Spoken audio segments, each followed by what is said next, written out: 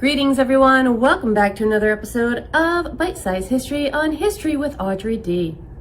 In today's episode, we will be looking at, in case you couldn't tell from the background behind me, the great city of Babylon and the reign of King Nebuchadnezzar II, as well as the rise and fall of the Chaldean Empire.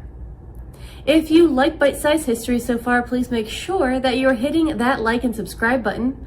Also, please early civilizations. And our learning goal for today's lesson is going to be to determine the impact of key figures from ancient Mesopotamian civilizations. We also need to go ahead and look over a few key terms of region and gave some examples in our geography videos. In this image, a region is a geographic area. Our next term is part 3 episode of Ancient Mesopotamian Inventions. We did discuss the creation of astronomy as well as some of the other sciences. So we'll be getting into that in a little bit more detail as we cover more civilizations. Now that we have covered empire as well as the reign of King Nebuchadnezzar II and the rise of the city of Babylon. The Chaldean Empire actually arrived in southern Mesopotamia before the Assyrians. However, they were a smaller empire and the Assyrians quickly conquered them, keeping them under Assyrian control until 627 BCE, when Nabopolassar led a revolt. This is the very same revolt that we actually discussed in our last episode on the rise and fall of the Assyrian Empire. Now, they led this revolt again. Babylon was once again a capital city and was at times called the New Babylonian Empire. Let's take a look at King Nebuchadnezzar II and his rise to the throne, as well as his reign. King lived between 630 and 561 BCE of Babylonian control, only for the loss to an Egyptian army in 601 to 600 to cause many of those same states to defect, with Judah being one of them. The battle over territories continued back and forth from that point forward until 568-567 BC. Nebuchadnezzar's primary goals was also the rebuilding of the city of Babylon to its fullest grandeur. And that is what we're going to be discussing next. King Nebuchadnezzar was also focused on rebuilding the city of Babylon. He rebuilt Babylon into the largest and wealthiest city in the world. The city was surrounded by massive brick walls with soldiers stationed in the built-in wall towers. The city of Babylon was known for its hanging gardens, as shown in this image, that were built into the king's palace walls. These walls were built like steps and created the complex irrigation system, with each step feeding the one below it. This is actually similar to designs such as the one shown that we still use today for irrigation. These gardens were one of the 7 wonders of the ancient world. They had a diversity of decorative foliage, including trees and flowering vines. King Nebuchadnezzar also rebuilt the road surrounding the palace by paving it with limes so could walk by and enjoy the palace gardens. Every spring, the city of Babylon gathered together to celebrate the god Marduk by watching the gold statue of Marduk be wheeled along the street. Taxes for the people were high and tributes were required from neighboring lands in order to finance building projects and maintain the army. Babylon created pottery, cloth, and baskets. The city of Babylon was also on the path of the major trade route that went from the Persian Gulf to the Mediterranean Sea. Babylon became wealthy due to that trade route, which brought caravans of merchants who would purchase Babylonian goods. The Chaldeans also advanced the sciences such as astronomy. Their astronomers created maps of the stars and planets, as well as the phases of the moon as it changed.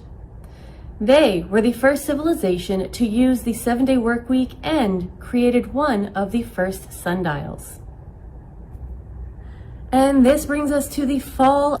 Now, it is with the end of Nebuchadnezzar's reign and the beginning of a succession of weak rulers that we see the decline of the Chaldean Empire and the city of Babylon. As their multiple kings ruled the Chaldean Empire. However, they were weak and poor harvests. With that, we end our series on the kingdoms of ancient Mesopotamia.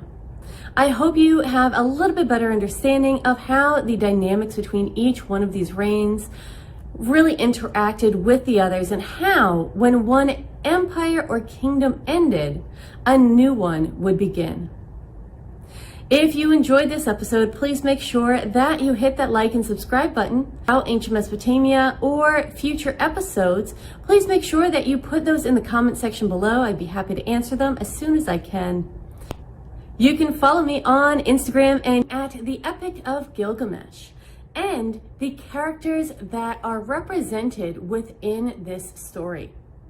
Now, we're going to be focusing on the epic itself and the characters for this episode, and then in our next episode, we are going to be going through and looking at some of the key points as well as from ancient Mesopotamian civilizations. And we're also going to be doing a review of the 7 characters. The Epic of Gilgamesh is a representation of not just one of our 7 characteristics of civilization, which is writing, but also invention, and specifically the invention of epic literature.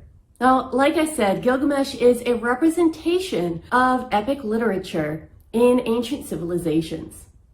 Now, the first person we're going to start off with is, of course, Gilgamesh, because he is the main character of this story. Now, Gilgamesh is described as a very handsome and powerful man. He is 2 parts God and 1 part human. Have the deities and demons list. So the deities and demons that we find in the Epic of Gilgamesh are the same ones that we will find in mythology of ancient Mesopotamia. Now, our first god that we're going to be looking at is the god Anu, the father of the gods and the god of the firmament. Next up, we have Aruru, a goddess of creation who fashioned Enkidu from clay and her spittle. Then we see Ea, the god of fresh water, crafts, and wisdom, a patron of humankind. Ea lives in Apsu, the primal waters below the earth. The Humbaba is a demon that protects the cedar forest, and the cedar forest is completely supposed to be off limits to mortals. Humbaba actually wears the 7 garments or pieces of clothing, which are supposed to strike fear in anyone who sees him. His mouth is fire, he roars like a flood, and he breathes death, much like an erupting volcano. In his very last moments, he's Scorpion Man. Now, the Scorpion Man and his wife are guardians of the twin-peaked mountain called Mashu. Now, Mashu is the mountain that the god Shamash travels through in order to cause sunrise and sunset. We also meet Siduri, the goddess of winemaking and brewing. Now, she's actually a veiled tavern keeper in this story, and Gilgamesh is not really sure that she's a god. We also meet Siduri, the goddess of winemaking and brewing. She's also the veiled tavern keeper that comforts and helps Gilgamesh on his journey for immortality. Ereshkigal is a terrifying queen of the underworld. Ishtar is the goddess of love and fertility, as well as the goddess of war. Now, Ishtar is frequently called the Queen of Heaven. She is incredibly capricious and is at times either a nurturing mother or incredibly spiteful and cruel. She's also the patroness of Uruk, and she has her own temple. We also meet Tammuz, the god of vegetation and fertility. Also called the shepherd, he was born immortal, and Tammuz is the husband of Ishtar. We also meet Enlil, god of earth, wind, and air, a superior deity. Enlil is not a big fan of humankind, and he's actually the person that decides to cause the Great Flood. And we also meet Lugalbanda. Now, Lugalbanda is believed by some to be the father of Gilgamesh. However, he is or was the 3rd king of Uruk after the Great Flood. Gilgamesh is believed to have been the fifth king of Uruk after the Great Flood. Lugalbanda is considered to be the protector and is sometimes called father of Gilgamesh. Ninsun, who is the mother of Gilgamesh and wife of Lugalbanda. She is a minor goddess as well, and she's noted for her wisdom. And finally, we meet Shamash, the sun god and patron of Gilgamesh. Now, Shamash is actually seen throughout the story because he does help Gilgamesh and Enkidu in a number of different ways. However, Shamash is also brother to Ishtar, the goddess of love and fertility. Now, Shamash is also known for bringing sunrise and sunset, as he is the god of the sun, and he is also known to be a wise judge and lawgiver. His code, because it is believed and shown in Hammurabi Stele that Shamash was the one who presented him with the code of laws that governed the ancient Mesopotamian people in the city of Sumer. That is the lineup for characters we're going to meet in the Epic of Gilgamesh. If you have any questions, please make sure you drop those in the comment section below, and I'll stay tuned because we will have another lesson up very soon that goes over the story of Gilgamesh in a more condensed version. However, now you're actually going to be a little bit more familiar with the characters as we meet them along the way. If you like this channel, and we are going to be looking at the Epic of Gilgamesh again, but we're going to be focusing on some key facts from the story. We're also going to be looking at the themes and symbolism that we find within this epic as well. If you like bite-sized history on History with Audrey D, to our lesson on the Epic of Gilgamesh, the themes, important facts, and symbolism that we find within this epic poem. First theme that we're going to talk about in the Epic of Gilgamesh is love as a motivating force. Now, love is actually represented in a few different ways within the Epic of Gilgamesh, and that includes love that is both sexual or romantic, as well as the ship and bonding that he and Enkidu have. And that is one of the main themes and one of the most important themes from this story. The second theme that we see pop up in Gilgamesh is the inevitability of death. And we see this happen a few times throughout the story. Now, the first time we see this is at Gilgamesh's bitterness about the gods being the only ones who get to live forever. Become cursed by the gods with what they call a wasting disease.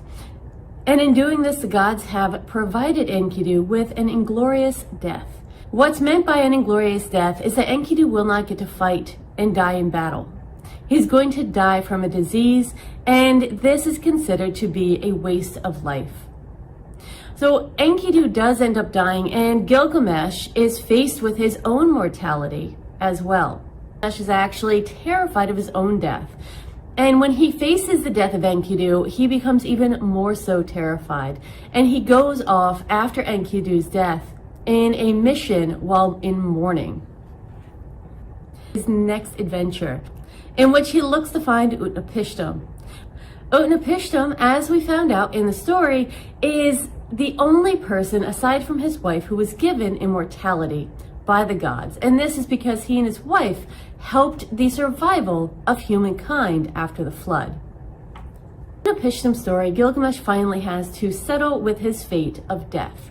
He knows that humanity will live on and that his only thing that he can do is to live a good life. And that is what Gilgamesh eventually sets out to do when he returns back to Uruk. And we see this represented multiple times throughout the Epic of Gilgamesh. The way that we see this presented to us is through a number of trials that Gilgamesh goes through. We see that when Ishtar is spurned by Gilgamesh because she wants to have him as a lover, and yet Gilgamesh realizes that she does not keep lovers for long, and she tends to curse them, she goes back and has her father, Anu, send down the bull of heaven. Now, Gilgamesh kills this bull, and he and Enkidu by killing Enkidu. Now, this is all the one who decides that he's going to have the Great Flood and destroy humanity because he despises them and he feels as though they are not worthy of life.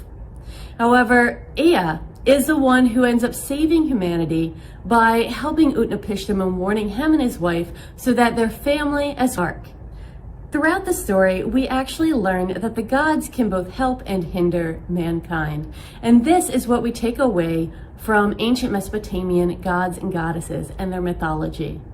We'll go more in detail into the ancient gods and goddesses of Mesopotamia in our next episode.